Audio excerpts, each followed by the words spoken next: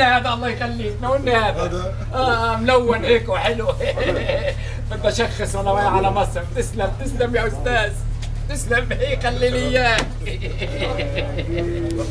خلاص الله عليك.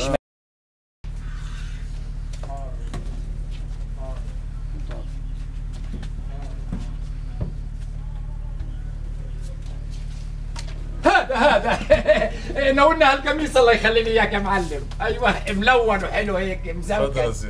الله ما احلى بضاعتك. شوف مقاسك بس. لا على مقاسي 100% يخلي لي اياك.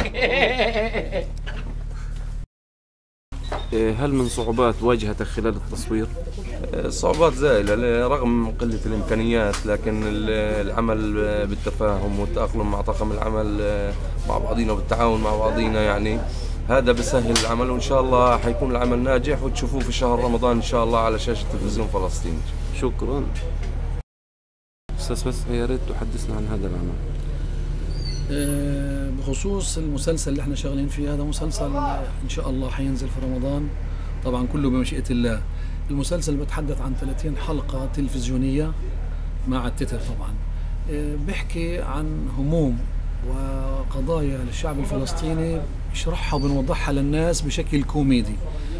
كل حلقة تتحدث عن نفسها، كل حلقة موضوع.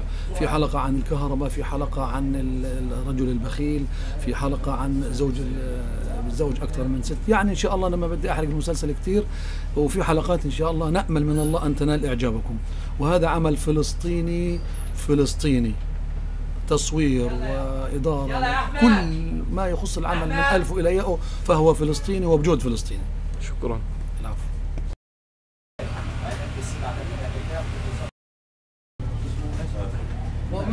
يلا يا معلم.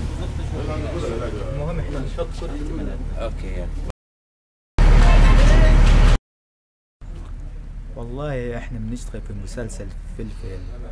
انا كصوت وكمونتاج من قلة الامكانيات الموجودة عندنا، الا احنا بنطلع شغل لله الحمد نفتخر فيه، وان شاء الله يا رب هيك يعجب الناس ويعجب المجتمع كله ان شاء الله، ويكون على كل فضائيات، خاصة فضائيات تلفزيون فلسطين. شكرا لكم.